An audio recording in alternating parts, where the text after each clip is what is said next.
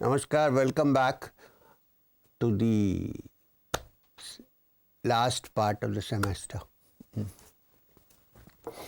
So, this will be the closing, winding up, summarizing this semester.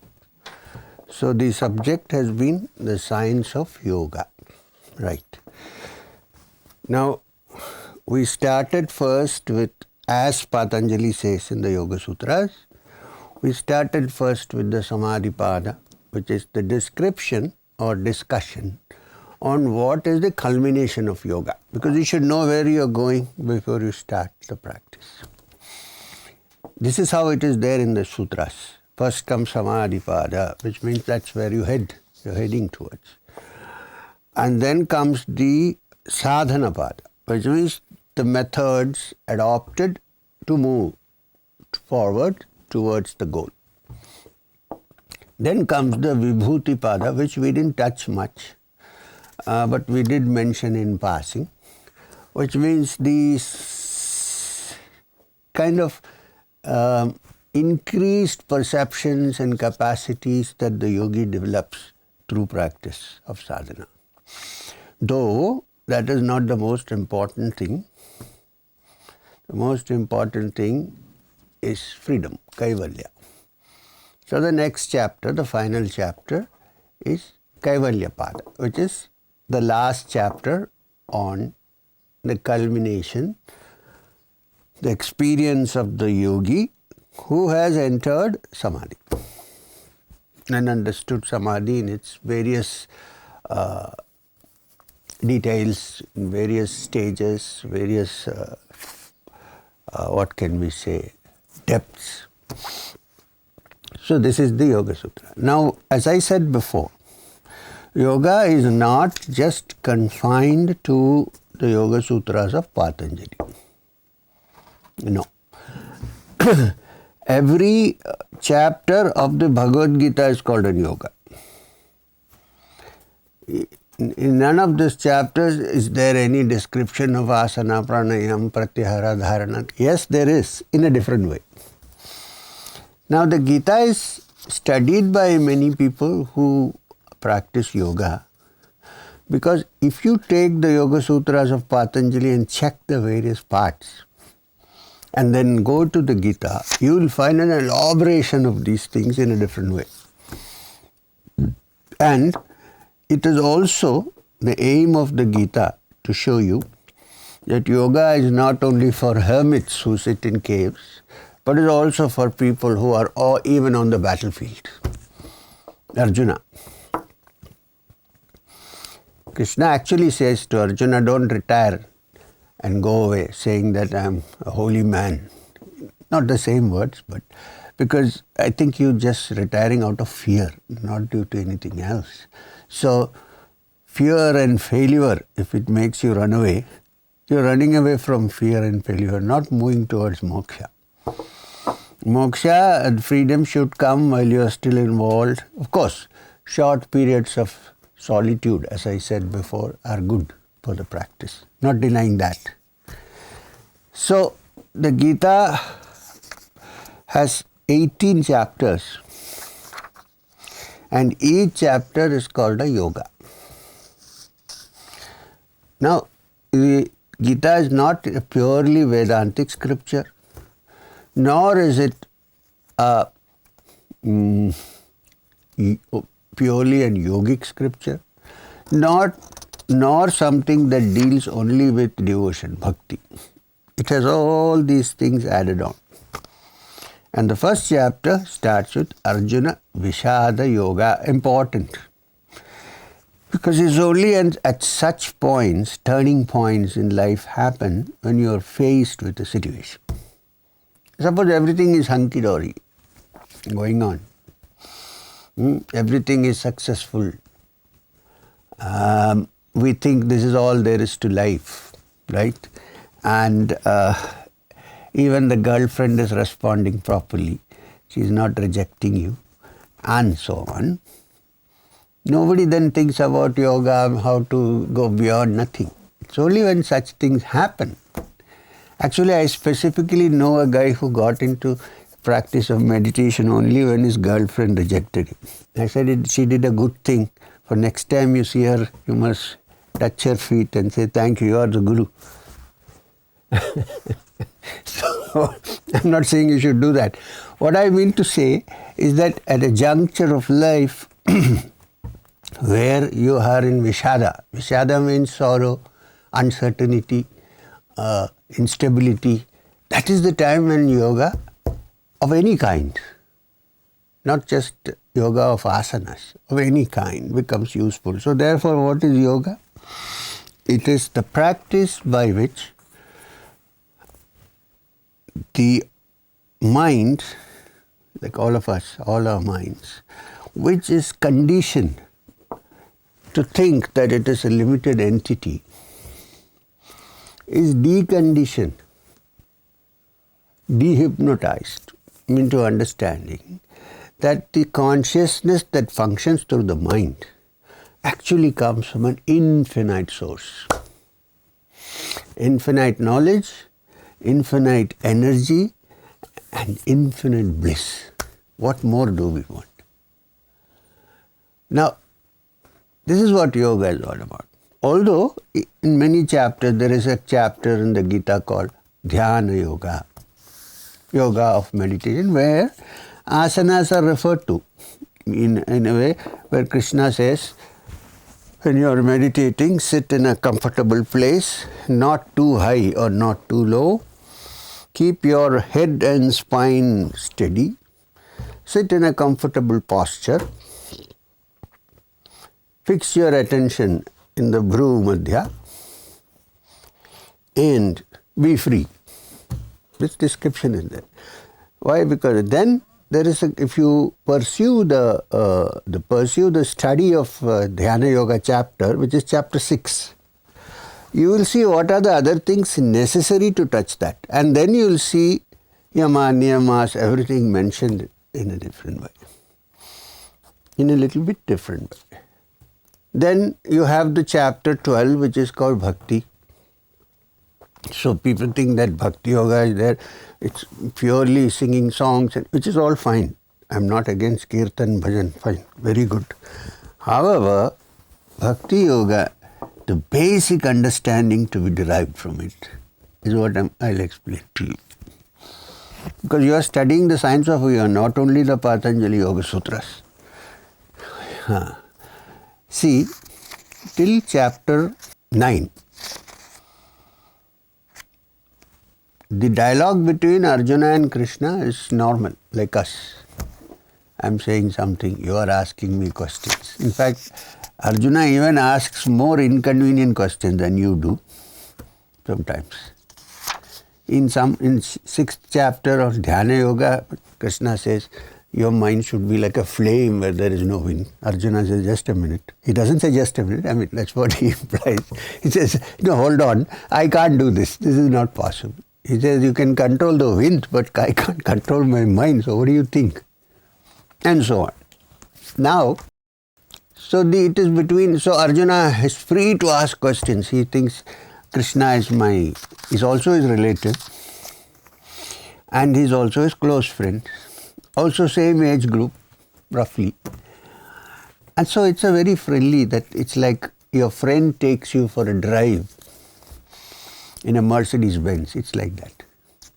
Only thing in this Benz is a great chariot with the horses controlled by the driver, the Sarathi. That's why Krishna is called Partha Sarathi, because he is the Sarathi of Partha, Arjuna, the driver. So always respect drivers.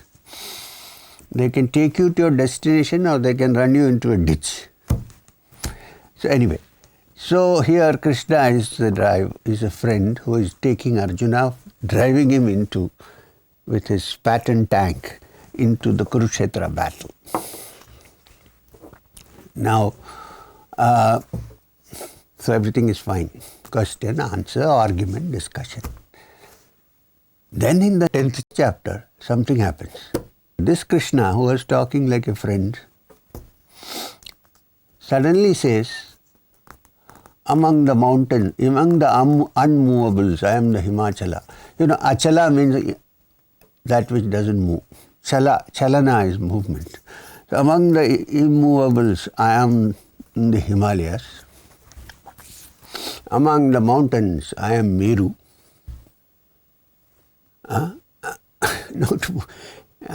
Among the rishis, the great sages, munis, I am Kapila. And so on. Among the Vedas, I am the Samaveda. So what will happen? If I am talking to you just generally, we are having a class semester. One day, at the end of it, I turn around and tell you, I am actually the Himalayas or I am the Meru. And there are two conclusions. Either this guy has got completely nuts, till now he was okay. Or maybe there is something we need to look into carefully if we understood what he is saying. Now, this is the 10th chapter. So, what is happening here is Arjuna's idea about Krishna is undergoing a proper distraction. The image he had made about Krishna, because of his various discussions with him and his life he has lived with him, is suddenly shaken by this guy saying, he thinks, what has happened to this man now? He was sitting here in front of me, playing with the gopis in Vrindavan, and then suddenly he says, I am Meru and I am Kapila and I am the Samaveda. So what is happening is the framework in which Arjuna thought that everything can be understood by his rational mind, so-called rational mind, is taking a beating slowly, which means his conditioned mind is beginning to be unconditioned in the 10th chapter, slowly. And I don't know if you have read the Gita and looked into this aspect. Okay, now comes the 11th chapter.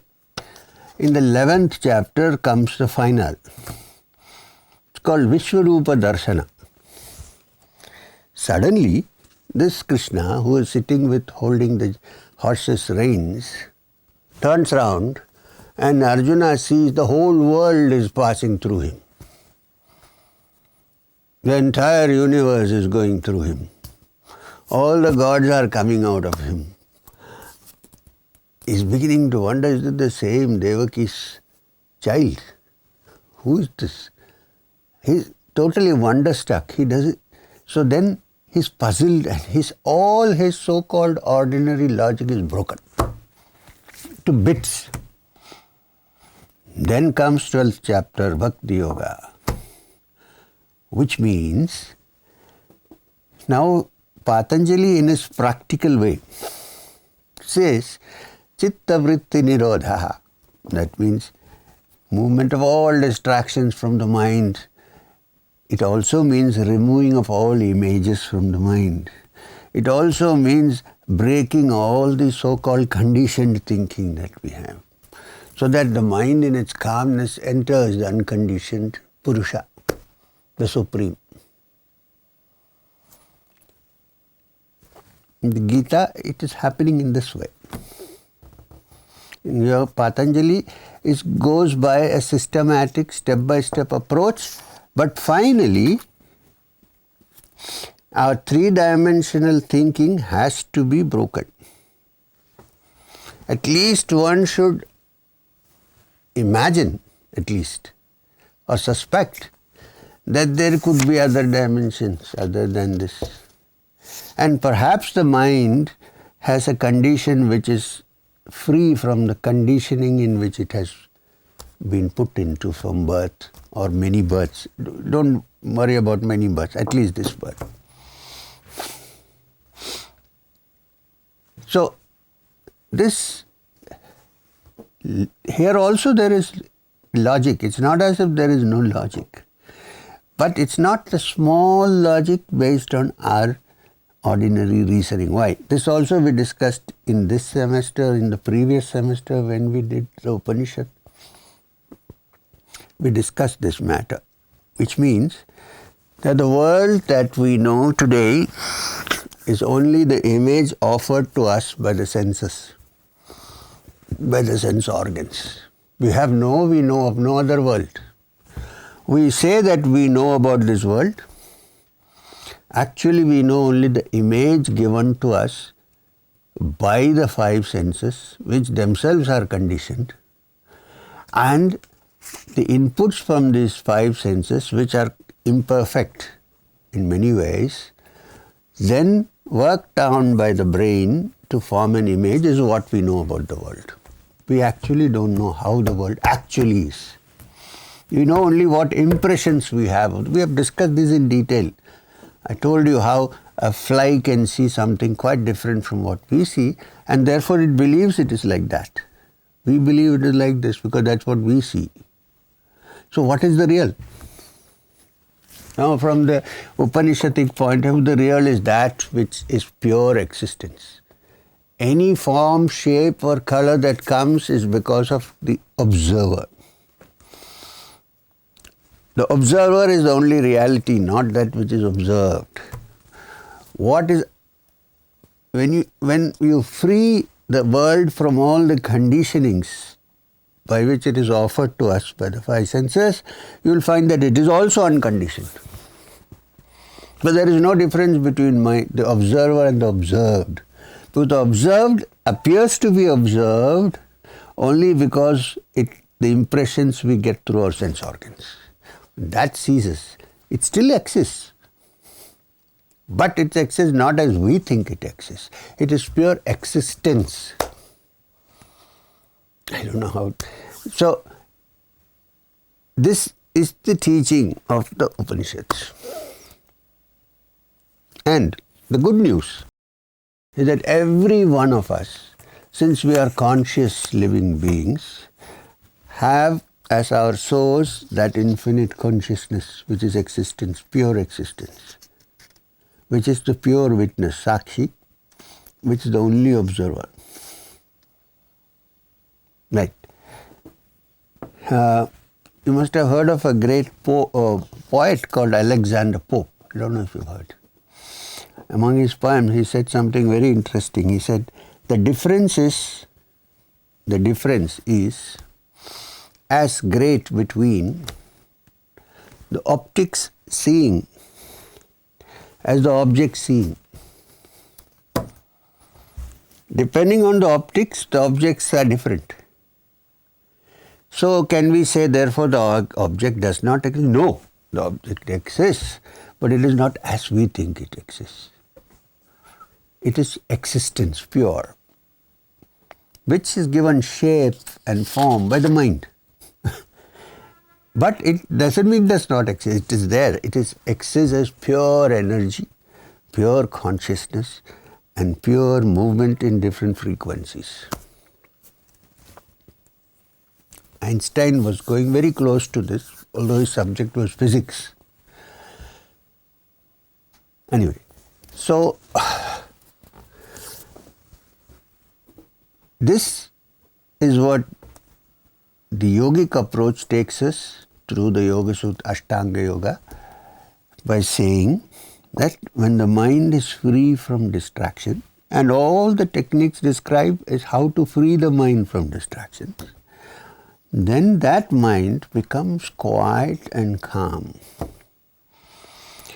The quiet and calm and tranquil mind is the tarmac from where one takes off to the higher modes of understanding, to the higher levels of consciousness, to the dimensions which are other than the three dimensions, and then realizes that one in true essence is the Purusha, the consciousness. So understand that in the ultimate essence, it is the consciousness alone that is. Everything else is a modification of the consciousness in different frequencies. From the ultimate point of view, there has been no modification. This is difficult to explain, I understand. So what has it to do with us? In essence, we are also that. Which is what Vedanta means by Tat Tvamasi. You are that. Now it's a great, inspiring message. Tat Tvamasi. You are not this limited little individual with your petty little worries and petty little problems.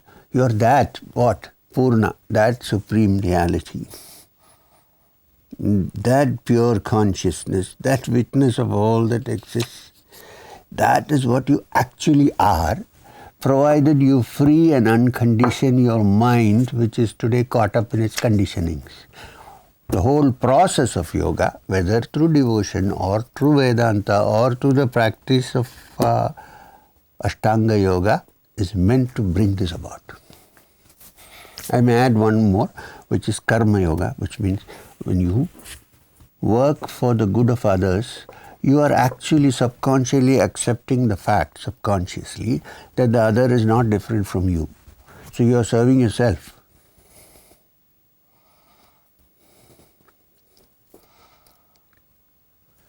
So this is what we were going into details. I want to give you a list of books which you can read.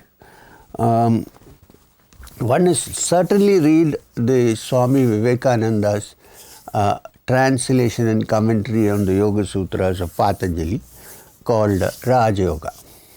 It's separately available in the Ramakrishna Mission bookshop. It's also part of the complete works of Swami Vivekananda, which they have extracted and made a separate book. Actually, it consists of Swami Vivekananda's classes which he gave on yoga, on the Yoga Sutras, either in England or in the US. I am not so sure about this. Then there is a small booklet by a Swami of the Ramakrishna Mission called Pavitrananda. It's an old one, which is Yoga Without Nonsense or something like that. It's a very small book. I can't remember the exact name. Then, if you want to go into the details of yoga, as it was even before Patanjali in the Upanishads, early 1,000 years, Upanishads are already discussing yoga. Many of the Upanishads, which are called Yoga Upanishads, special Upanishads, Yoga Upanishads, they are from the Yajurveda. The second Veda is Yajurveda. Rig Veda, Yajurveda. So the Yajurveda has two sections, Krishna Yajurveda and Shukla Yajurveda. This comes from both Krishna Yajurveda and Shukla Yajurveda. Both of them have texts on yoga, especially I think the Shukla Yajurveda. Texts on yoga which describe yoga. And if you go to the Yoga Pradipika or any one of the other books or any of the Nath texts like Goraksha Shataka and so on, you will see that it reflects what has already been said 1,000 years ago. And these Yoga Upanishads are about 20 in number. Those who want to do serious research on yoga certainly should read these Yoga Upanishads. And they are available in English translation. The only translation I know of, you can go and search on Google, I know of, is one brought out by the Theosophical Society Adyar, by I think Srinivasa Shastri or somebody. It's an English translation of all the 20 Yoga Upanishads. All the practices that you see in later textbooks, the roots of that are all there in this. If you go, you will see it. So, that. Then, if you want to go into the details of asana, pranayama, because Patanjali does not mention asanas in detail. He does not mention pranayama in detail. He only mentions. If you want to go into details, the traditional text followed is again written by somebody from the Nath Sampradaya called Svatma Rama, Yoga Pradipika. There is another textbook you can research on. But again, let me warn you, don't do any practices, especially the higher practices of yoga, without a personal guide or proper guidance, not by reading the books. This is only for research to make you understand more. Why? Because it's like getting into a laboratory, even though you have read about everything, and trying to do an experiment without your guide. In a physics laboratory, it could end up even in an explosion, even in a chemical lab. Forget about trying to dissect a body or doing a surgical experiment without a doctor supporting you. So, this is my advice. So, when you go back, all the things I couldn't have done in the semester, I could not have discussed, I'm sure. So, there are some points which may still be there. It would be nice if you could read some of these books. Many of these books are also available in different publications. In Hindi as well as in English, so please go through it. Having said that, we conclude the session today on the semester, Science of Yoga. And if you have any questions, we have some more time when we can work on them. Any questions based on what we discussed now and also before?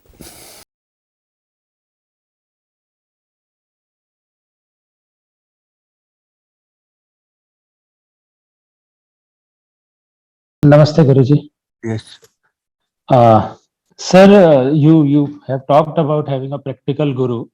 So one, where to find it, find such a person, and second is a book is always a one-way communication, right? It can't answer your question after a certain level, right? You're right. So there are a lot of questions that I already have. I don't think it's beyond the scope of this course also and time Yes. also. What to do? Can you email me? Definitely, sir. Now, when I said you need a teacher, now for ordinary practice like yoga asanas and all that, there are many institutes around which teach you yoga. I am specially concerned about doing yogic practices like Kundalini, that kind of thing. You could go haywire if you don't have a proper teacher. That's what I mean. Remember that. Okay, sir. But where to find that person also? Because there's no point in stopping in between of a study, right? So send me a mail, let me work on this. There are people available, don't worry about that. Okay, sir. Thank you. Welcome. Your question is very important actually. Instead of going around in circles in the wrong direction, it's better, yeah.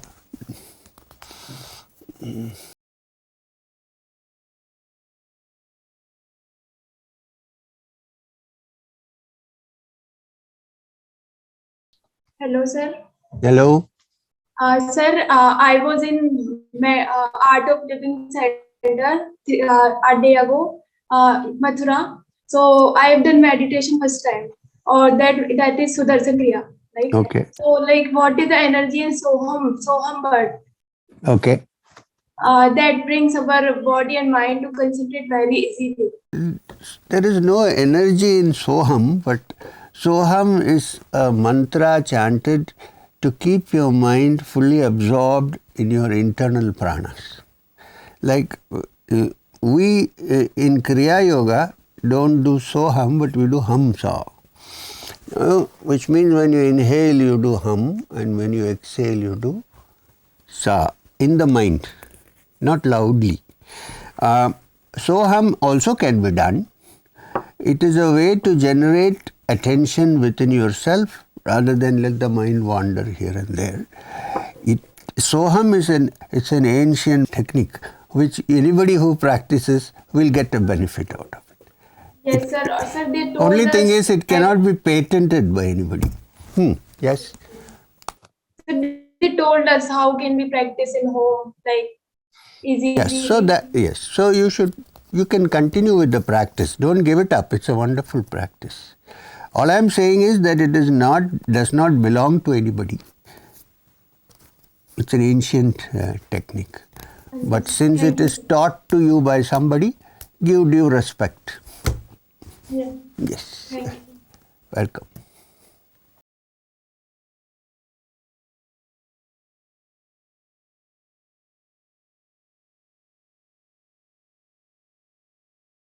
So there are a lot of techniques in the religious texts also. For example, Gayatri Upasana. Is it just another Yes. way of meditating, or is it just is a different path, or there are a lot of cleansing you have to do and a lot of other processes are there? Can you All give the, some light on that? all the processes in any school of thought or any teaching basically talks about cleansing. Now, cleansing here means making the mind free of all distractions. Now, to make the mind free of all distractions, we cannot keep on indulging in our old habits. So, we need to change our old habits and make new habits appear. So, therefore, that is what they meant by cleansing. And Gayatri Sadhana basically is the chanting of the Gayatri mantra. And Gayatri mantra is a very important special mantra. The Rishi of Gayatri is Vishwamitra, the great Rishi. He is the one who actually taught the Gayatri for the first time. And in the Rig Veda, the Gayatri is such an important mantra that the chandas, the tune in which it is chanted, is called the Gayatri chandas. It's a very important mantra. Now, if you chant the Gayatri regularly, automatically some cleaning and cleansing will take place. There is no problem out there. But you have to do it silently rather than loudly. Gayatri is basically meant for silent chanting inside the mind. And the mantra, we cannot discuss we might have to have a complete semester to discuss the Gayatri actually. Seriously. Because it starts with Om. We need 4 classes to discuss Om, at least 2. And then we go to the next Bhur Bhuva Swa and discuss that. I am breaking it up so that I am not accused of having given the Gayatri to people. So then you have to, the second sentence, Tat Savitravarenyam, and so on and so forth. So, but I think Gayatri is a very personal affair. It is not a mass phenomenon. It's a personal affair. Each person should sit and chant by herself or himself.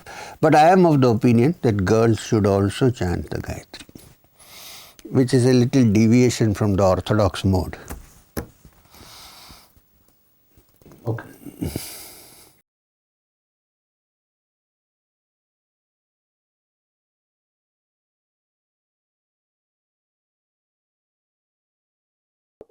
I was affected and influenced a lot by Bhakti tradition as well as Bhakti yoga. tradition, okay. Bhakti tradition. Mm-hmm. And especially, sir, I wanted to ask that is it possible what Sri Ramakrishna Paramahamsa did, because he did it the yoga, what is being referred that he did the yogic way, the Bhakti way. I mean, for me, it is difficult to say that I can do the dharana part for either myself or for others. So did he really? I mean, so because how could he explore using multiple ways? I mean, he As far as Sri Ramakrishna Paramahamsa is concerned, I don't think he was an ordinary man, honestly. He was a special man. There are such people born, like child prodigies. I think he was a child. I'll tell you why. Because even at the age of 8 or 9, when he was not doing any sadhana, when he was just a village boy in his village in Kamarpukur, just like all other children, he was just walking along the paddy fields one day, eating some murmuras or whatever. And then suddenly, it was a cloudy day and the whole sky was clouded with black clouds. Suddenly he saw some white cranes fly across the dark clouds. Now, so many young boys have seen this. Ramakrishna was affected strangely. this contrast of the white cranes flying across the black clouds hit him somewhere, and he simply shouted, "Mago," and fell down unconscious. Mago means, in Bengali it means ma. It took some time for him to recover consciousness. When he recovered consciousness, he felt something has happened, and he started thinking about it. He didn't have a guru at that time. He didn't have anybody. So I'm trying to say that he was a special individual. And once in a while such special individuals happen on this earth. Now, then Sri Ramakrishna Paramahamsa got married. All these things happened. He didn't study much, didn't go to school. He didn't feel like sitting within the confines of four walls. He was not interested. Anyway, then at a young age, he was made the priest of a Kali temple in Dakshineshwar, in Calcutta. Actually, his brother Ram Kumar was the priest. Because he was making old, he asked his brother to come and help him. And he was doing the puja of the Shakti there, called Kali, Bhadra Kali. Now, it's difficult to go into details because we need to wind up now, but I'm giving you, since you took up the subject. He started worshipping the mother goddess, Kali. Gradually, their worship turned into love between him and Kali. This boy who had that experience when he was 9 years, therefore had an extraordinary mind. It was not an ordinary mind. So something happened in the relationship between him and this mother goddess. His one pointed attention then was to have a darshan of this goddess, actually like a living being, not in the image, not as an image. And one day he got that vision. He got the darshan of the mother. But the first time he had the darshan is interesting. He didn't see the mother's form. He only saw liquid light like silver and a big ecstatic feeling in his heart. And he was unconscious unconscious to the world for some time. Woke up. From then on, his life took a completely different turn. And this man who started his yogic career through Bhakti practiced every yogic system in the world which was available. He started there. Then came Bhairavi Brahmani who taught him tantras. He became the student. He became a student. He didn't say, "Oh, I got the vision of darshan of Kali, so He said, "Please teach me." And she asked. That humility was extraordinary. Then from that humility of Ramakrishna is unimaginable. And I think humility comes when there is this divine experience. Such saints do not expect you to crawl on the floor and kiss their feet. They see the divine also in you. So was Ramakrishna. He was like everybody else when he talked to people. So anyway, then he learnt the tantras from Bhairavi Brahmani.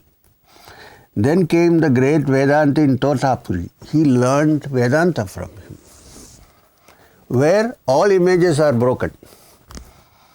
And acting on the instructions of Totapuri, he even broke through the image of Kali. Even though that is where he started with his bhakti. And so on and so on. Then he did some Christian sadhana. Then he did some Sufi sadhana. Any sadhana that you can imagine he has done. This is why I am saying he's a special individual. Usually, one person goes through one and attains the culmination. By then it's time to die. Here, all one gamut of experiences. And important, after going through all this, he said, through practice, I am convinced that all paths lead to the same goal. He didn't say theory. He could say it with complete conviction because he had gone through it. This is Sri Ramakrishna. So, while it's wonderful the kind of bhakti he had and all that, but we cannot imitate him. It's not possible. Swami Vivekananda made that very clear to his brother disciples, to his Guru Bhais. He said, don't imitate Thakur. He is one individual. You do your own personal sadhana and see where you can go.